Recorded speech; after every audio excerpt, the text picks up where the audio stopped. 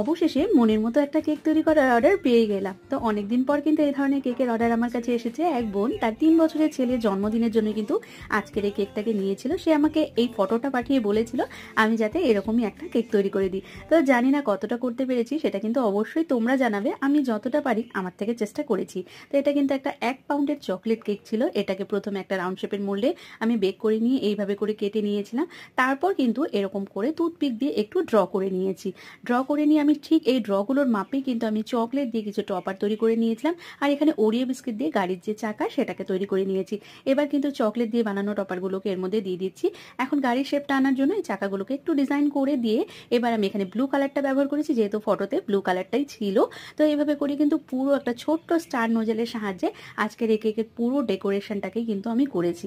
তো জানি না তোমাদের কাছে কেমন লাগলো, অবশ্যই কিন্তু জানিও। ভালো লাগলে লাইক শেয়ার সাবস্ক্রাইব করে পাশে থাকার অনুরোধ রইল।